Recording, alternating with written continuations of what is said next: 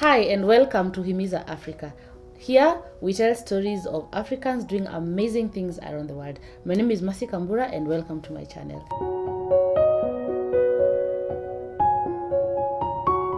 Today we are hosting a personal friend and someone who has done amazing stuff both for herself, for her family and for Africa, and she's going to be telling us how that is going. Her name is Peris Muthoni.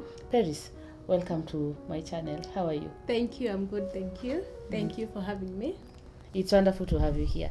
Now, many people, and especially women, struggle with the idea of having it all. You know, you are a wife, you are a mother, you need to grow your career, you need to go study, and sometimes it's almost impossible to have all that. But Peris seems to have found a balance in all that, and I wanted her to tell us how she did that. Peris, you are a Chevening scholar.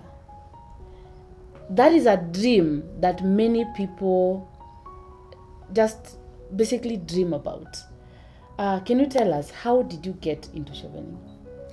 Well, I'm a Chevening alumna.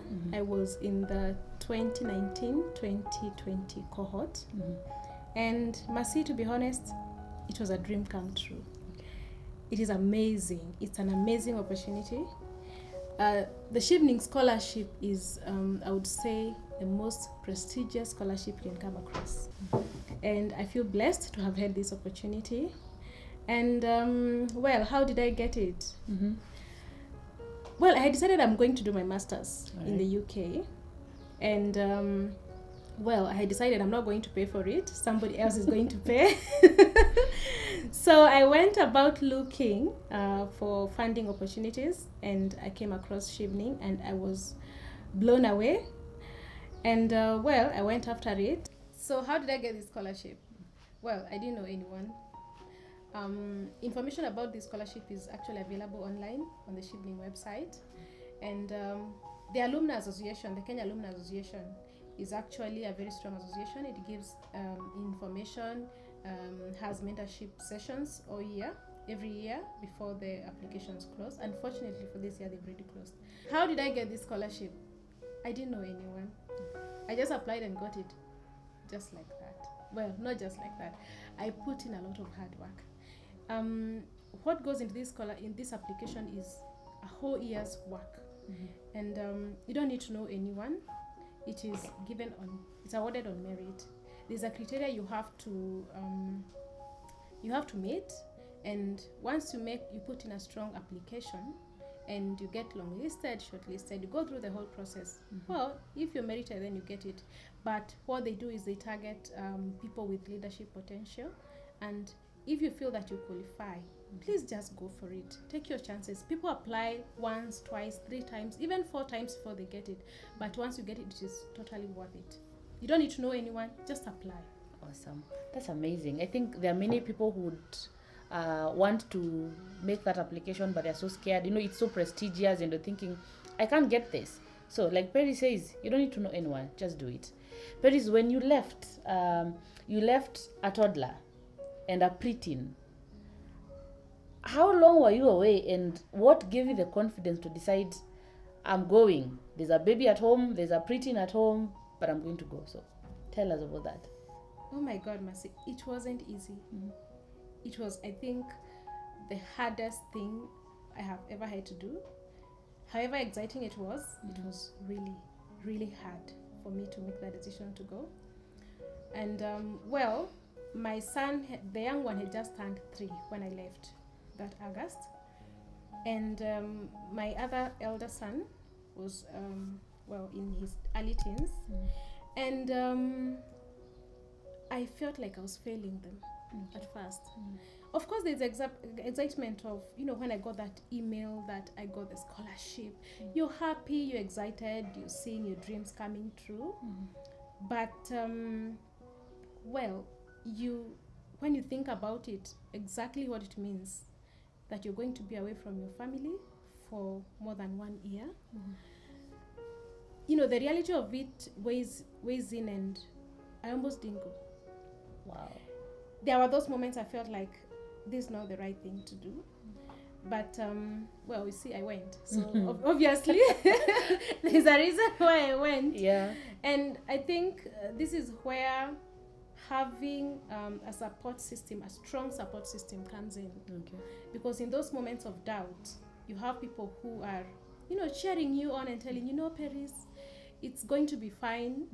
Please take this, it's going to be fine. And I'm so grateful. One of those persons is my husband. I can tell the world I have the best husband. He'll grow horns. But he was that one person who kept telling me, no, Peris, you'll be fine, the kids will be fine. Leave me the children. This is a man telling me to leave him with a 3-year-old. Wow. And he's that one person who gave me that strength to feel like it's going to be fine. Of course, there are other people, my friends, my family, my dad. I also had a lot of support from my former boss. He sort of mentored me into this, and he was very supportive. He actually did most of my reference letters. For all the university applications, for the scholarship applications, he did those letters for me. That's and this is a amazing. conversation we had even before I did the application. Wow. I knew that I was going to resign from my job, and he knew the effect of me getting the scholarship. I was going to leave my position. And he supported me through this. So I would say I had a very strong, support system around me, and that is not something many people have. Yeah.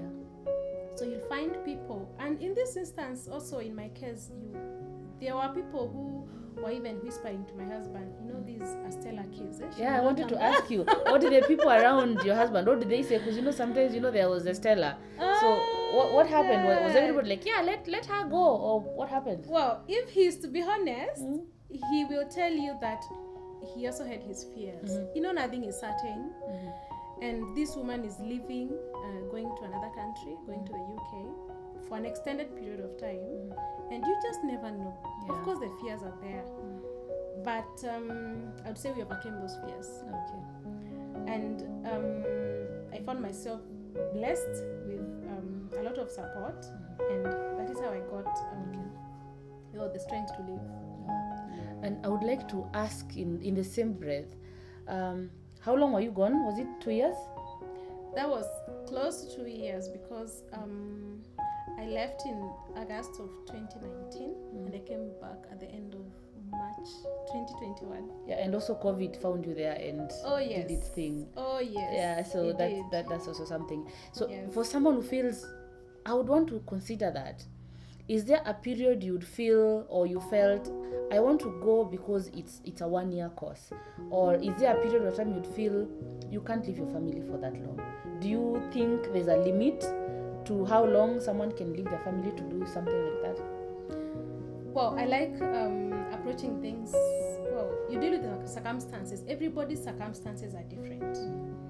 There would be someone's circumstances that maybe you do not have people around you who you can trust with your family. And by the way, going with your family is an option. As a scholar, you're allowed to go with your family, with your children.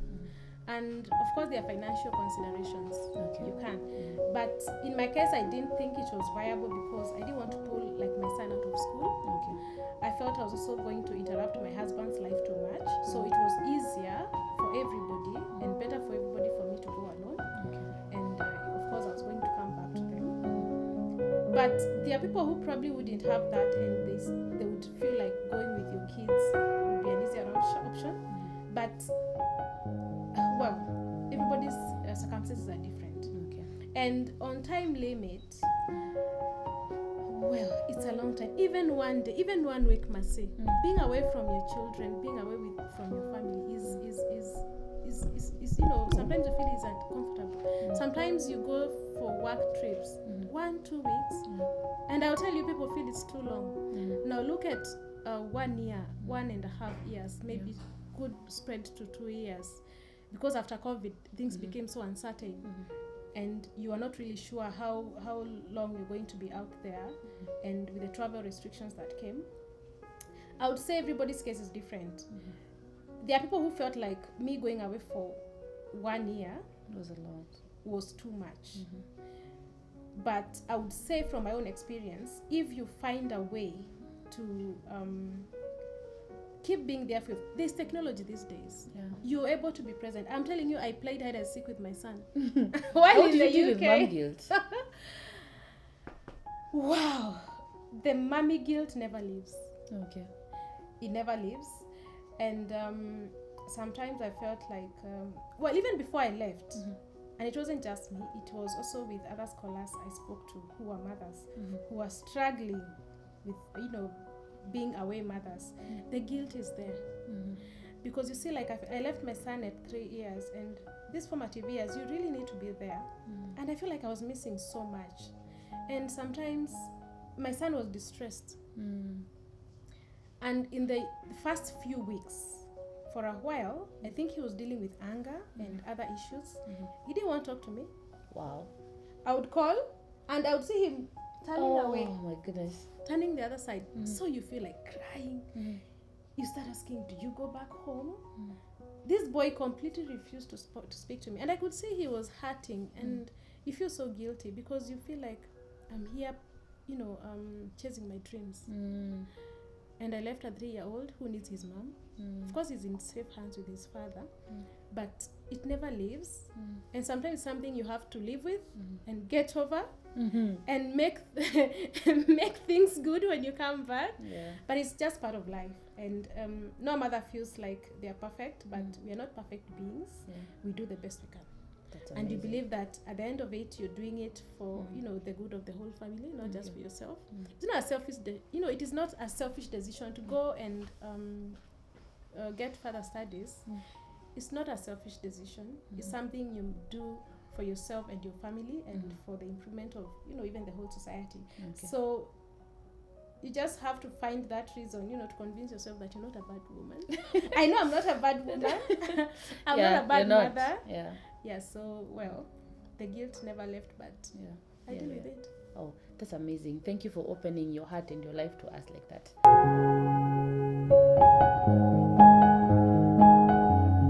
So, Peris, I believe leaving your kids and going 10,511.7 kilometers away in the UK does not mean you have stopped parenting.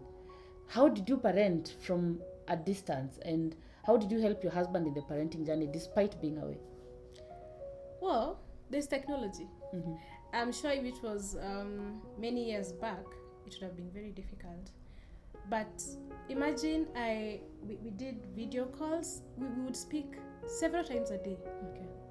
We were on calls all the time. And when COVID struck, we were all forced to stay home.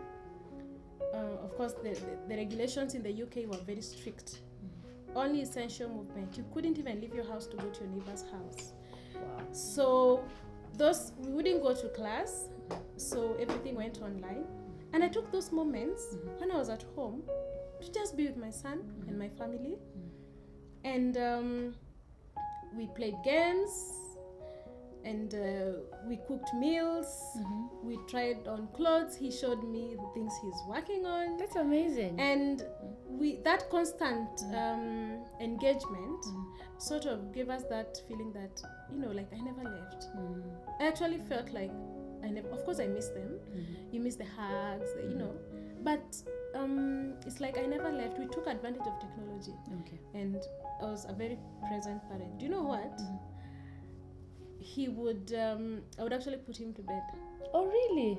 How did you do that? My husband would give him the phone, and I'll tell him, so we go and sleep now. He would even say, Mommy, I want to sleep, and let's go and sleep. You'd think we're in the same room.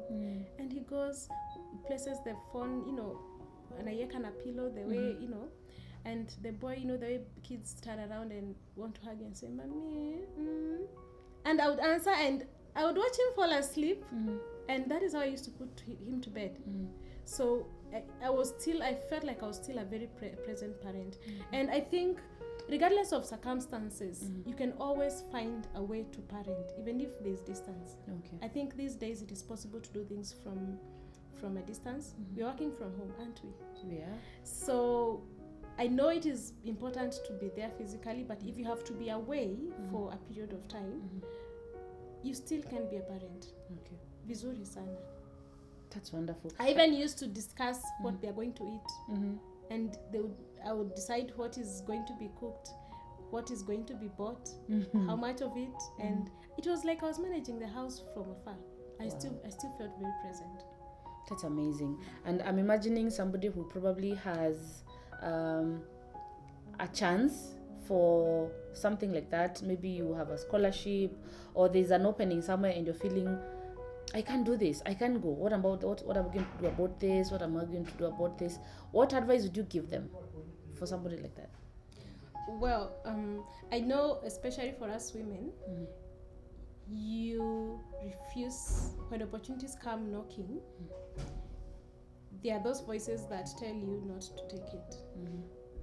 Sometimes, out of maybe expectations, external expectations from other people, or maybe yourself, you start doubting. Self-doubt kicks in, imposter syndrome.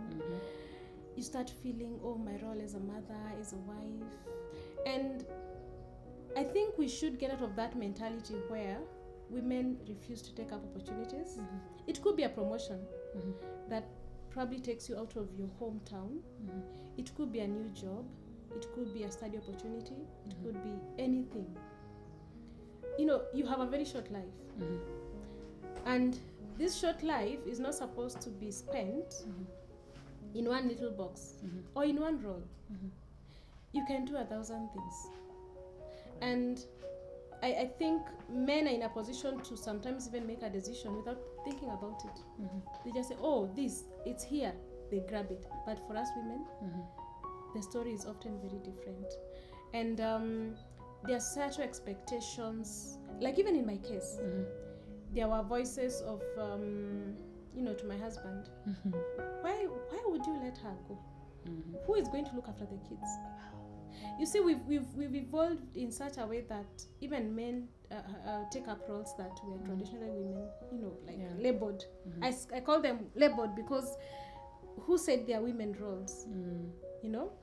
And I would say if you're a woman and you come across an opportunity that you feel you need to take, don't say no. Okay.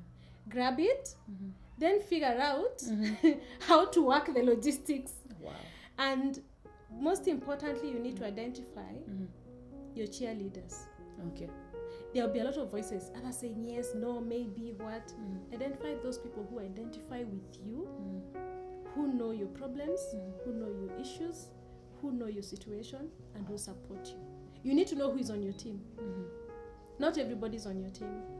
You need to identify those people, talk to them, discuss your plans with them, and see how you're going to make it work. But don't say no to opportunities. They don't come twice. That's true. They don't come twice. So just grab them.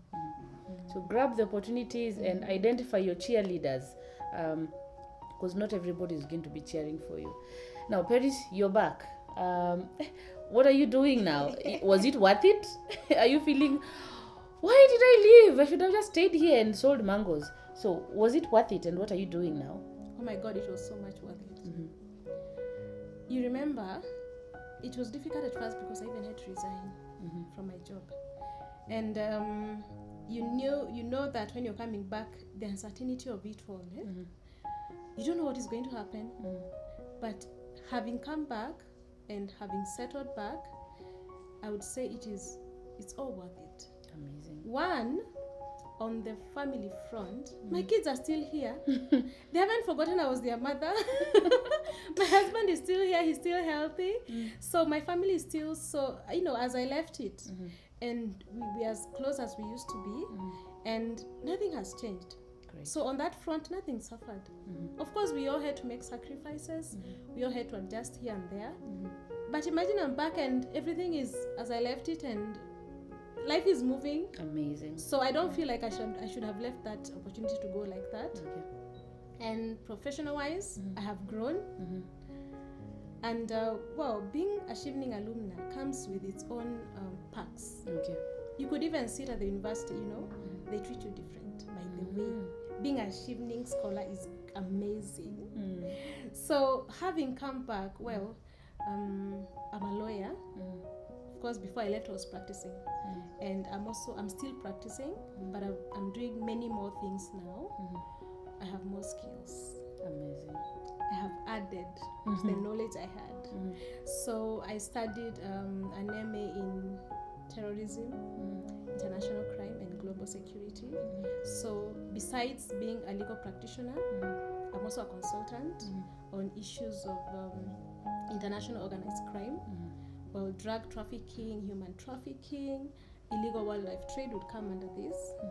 I'm also a consultant on illegal financial flows, anti-money laundering, and anti-terrorism financing.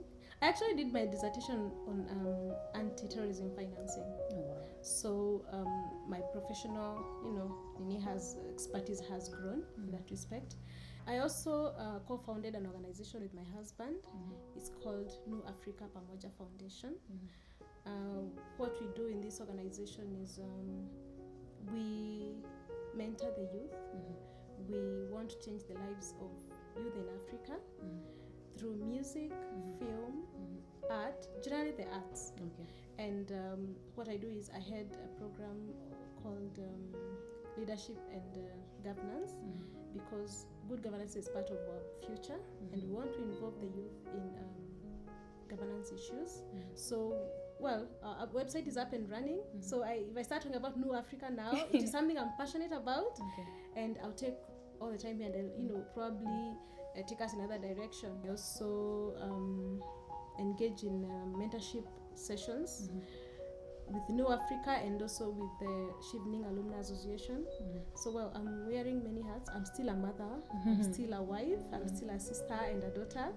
So, well, no human is limited. Yeah. I'll still, you know what? I think I'm going to be a dancer one day. Hidden talents. Yes. So I feel there's nothing I can't do, and there's nothing anyone can do. That's amazing. I'm still going to learn, many more things. I'm planning to do my PhD. Wow.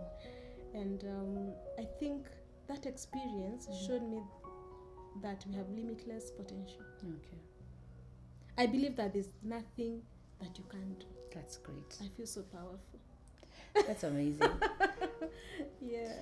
I think listening to Peris and just seeing what she's doing now, who she is now, and the journey she has come through, I just feel I concur with what she said, that if you have a chance or an opportunity that is knocking at your door and you're just unsure of how to do it, take it up first, figure out the logistics later, because it may not come again, and it's probably something that is going to change your life. Thank you, Peris. Thank you for talking to Himiza Africa. We're excited you're here, and we wish you all the best with your family, your kids, and with New Africa. New Africa, what does New Africa mean? It means now uniting Africa Pamoja, and our vision is to, we've now started in Kenya, but we eventually want to spread all across Africa. That's our long-term goal, and well, it's a big dream that we have, and I believe if we follow through our programs and our vision, we're going to have a huge impact and change the lives of people across Africa. Oh, awesome. That's where I see my future. That's great. Thank you so much, Peris, and thank you too for watching Himiza Africa. Until next time, much love. God bless. Bye. And don't forget to like this video, subscribe to this YouTube channel, watch, share with your friends, and press the bell button. Thank you.